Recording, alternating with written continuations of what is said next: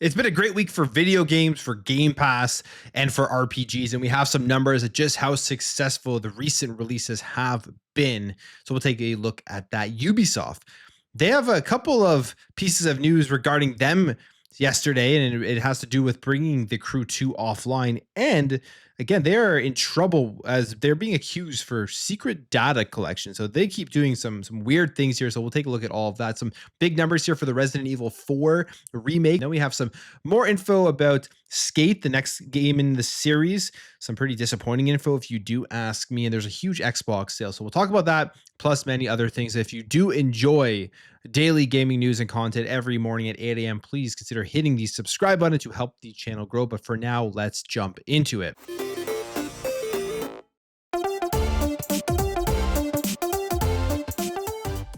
So as we know, this week has been hit with huge games releasing. We had a massive shadow drop in Oblivion, and then we had potentially a game of the year in Clair, Obscur Expedition 33. I've put in hours into both of those games this week, and they're both phenomenal. What they were able to do with the remaster with Oblivion, the game plays and just looks great. It's very similar to the old one, just in kind of some of the jankiness, but there are some upgrades here that do make it better. And the graphical elements really give you that improvement and that more immersion into that world that you love when it was back released on the 360, the PlayStation 3 and everything. So very cool that that did get released. And just how successful has this game been right at launch? Because there's always been that question about Shadow Drop.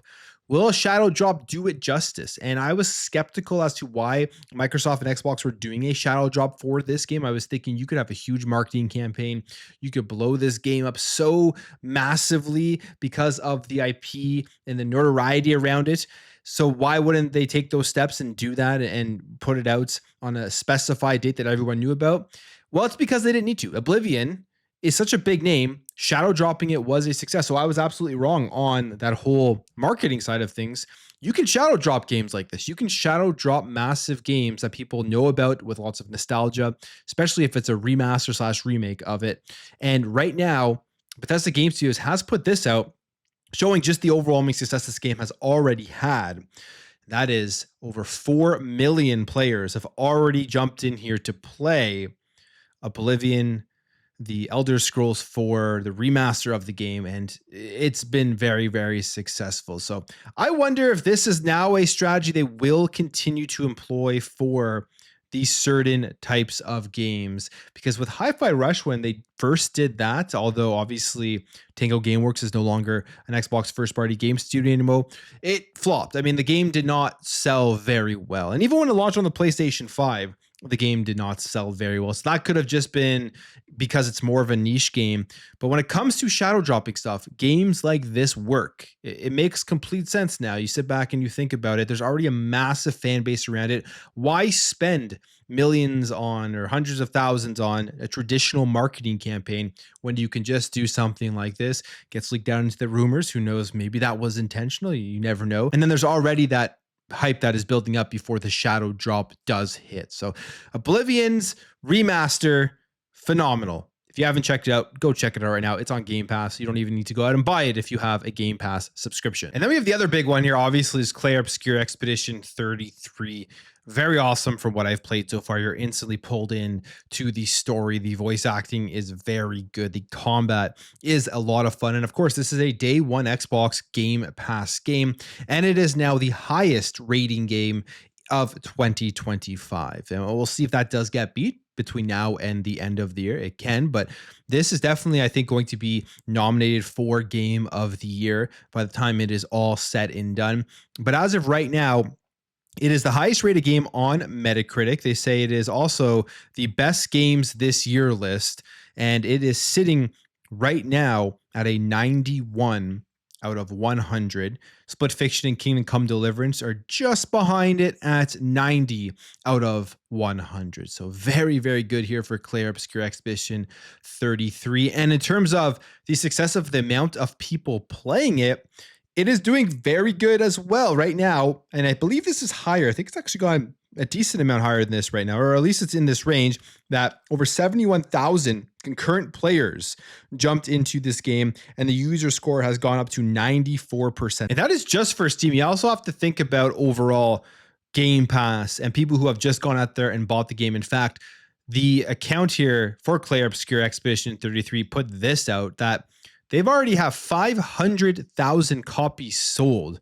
And this was put out yesterday. So the game has been out for a day, 500,000 copies sold.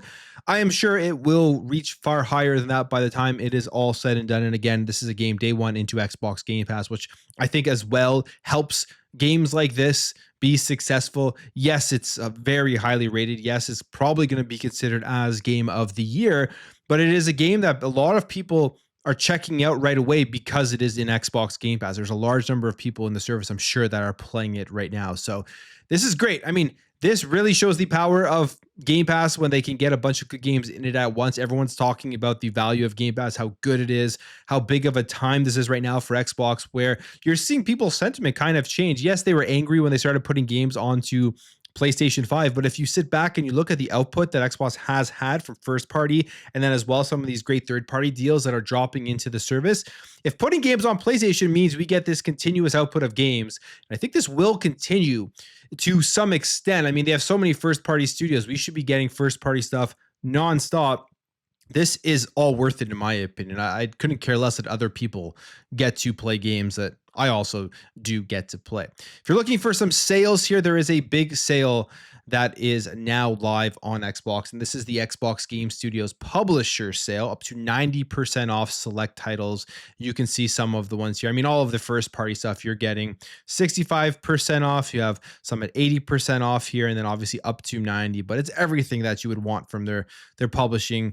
Age of Empires, Avowed, Forza Horizon, Gears 5. You got Pentiment in there, Ori the Collection. So some great sales here if you're looking to purchase for your collection, for your backlog, or whatever. Xbox Games Studios games.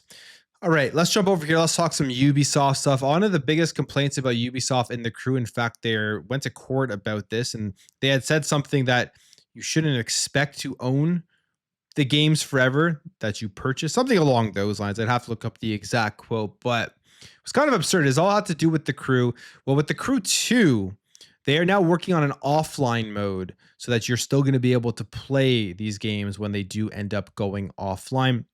So I think that obviously is a step in the right direction. They say the offline mode was first announced in September following fan concerns that the original crew game would be taken offline.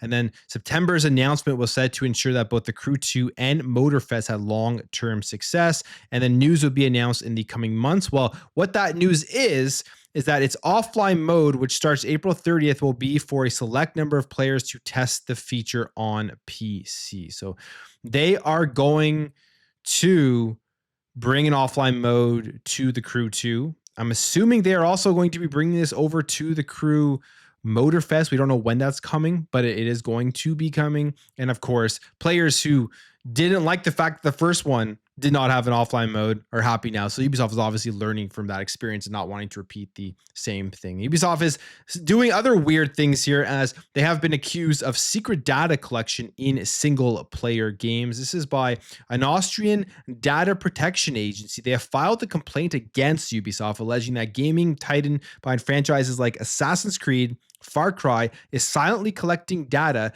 when you play single player games while having no valid legal basis to do so. So apparently when you're playing, they are still collecting, I guess, your actions and everything that's happening in there, probably to try to collect that data in order to be able to sell you more stuff and keep you playing for longer. In fact, here is what the report or the recent post here says about this complaint. The company forces its customers to connect to the internet every time they launch a single player game. This is the case even if the game doesn't have any online features. This allows Ubisoft to collect people's gaming behavior. Among other things, the company collects data about when you start a game, for how long you play it, and when you close it. Even after the complainant explicitly asked why he is forced to be online, Ubisoft failed to disclose why this is going on. Under Article 6.1 GDPR, there seems to be no valid legal basis to randomly collect such user data. Well, there probably isn't a legal basis, but the reason they're doing it is because they're probably trying to determine when you log in what makes you log in? What do you do first? How long you play for? And then when you log out of the game, why are you leaving? And then they'll try to improve on the reasons why people leave so that they play their games for longer. That's kind of been the strategy of Ubisoft games for a while now, is to just keep people locked into their universe for as long as possible with creating these massive open world games. And it works to some extent. Like, for example, the Assassin's Creed series keeps me locked in their universe for a very long time, but it's also turned a lot of people off of their franchises. So we'll see if anything comes out of this. I'm sure we will get more information and we will continue to follow the story. Resident Evil 4, the remake, is the fastest selling in the series to reach 10 million in sales. Capcom has said here, specifically saying here that Resident Evil 7, Biohazard, and Resident Evil 2 Remake have each sold more than 15 million units, and Resident Evil Village has passed 11 million in sales. Resident Evil 3 Remake has also passed the 10 million mark, but when it comes down to Resident Evil 4, it has sold more than 10 million units worldwide since its release, which makes it the fastest selling in this series. So the fastest game to get to the 10 million mark. Phenomenal game. One of my favorite games when it did come out. I believe it was in 2023. So for 2023, the Resident Evil 4 remake was up there for me. They did a great job. But Capcom does a phenomenal job on their remakes. If there is a company that you want to look at and see how do you remake a game from the ground up, I think Capcom with their Resident Evil stuff is definitely an example to go after. So cool stuff there. Capcom always hits it out of the park. Whenever you know a game is coming from them, you can pretty much bet that it is going to be successful, or at least a game that is fun and good to play. A game that I'm very much looking forward to is the next Skate, EA Skate. Well, they're obviously not learning from past mistakes and everything happening on from the Ubisoft situation with keeping games always online. It looks like the next upcoming Skate is not going to have an offline mode, which to me, this is very disappointing. As I mean, the Skate games are awesome. Skates 1 through 3, you could play those offline. You could have a ton of fun with them.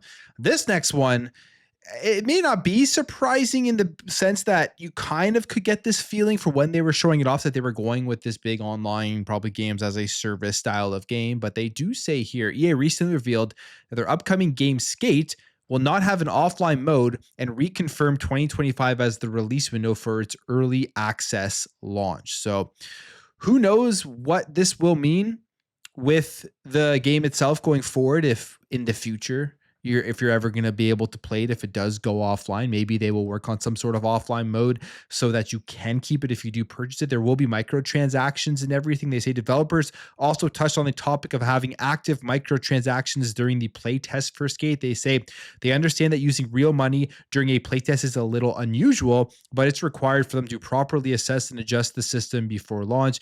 The developers have confirmed that Skate isn't a pay-to-win game. So the upcoming Skates, if you're looking forward to it, I still want to play it and I'm still going to check it out and everything, more likely than not. But there are some elements that you should be aware of course, it being online, microtransactions, games as a service style. It isn't going to be the same as we had with the first 3 original Skates, which were just absolutely phenomenal games. And we also have a delay here, an interesting delay. After reviews have come out that were negative, they decided to go ahead and delay La Quimera on the release day. So here is what is going on with this. So this is from Reburn, which is formerly known as 4A Games in Ukraine. And they have quietly delayed La Quimera on the day of the release amidst negative reviews slamming the studio's debut title. And they do say here, the team announced in a Discord server for the studio that La Quimera has been delayed with no release date in sight. So the reviews have come out, and because the reviews have been negative, they are pushing it back. And you can kind of, I guess, look at this in 2 ways. The fact that maybe they are kind of playing this as like their beta test of some sort, getting the reviews out, seeing if people would like it. And then since they didn't, now they can take it back and then re-release it again and get new reviews to offset the negative reviews. But it is a very odd practice. I don't think we've really seen this before.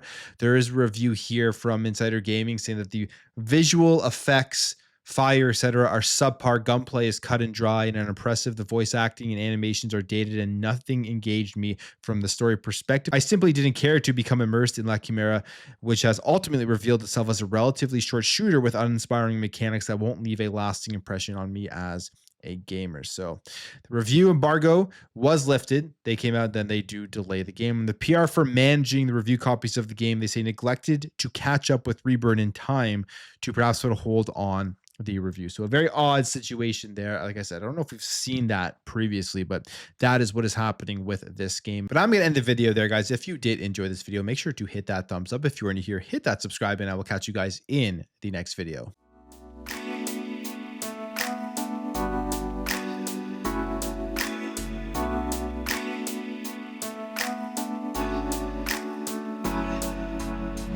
Bye.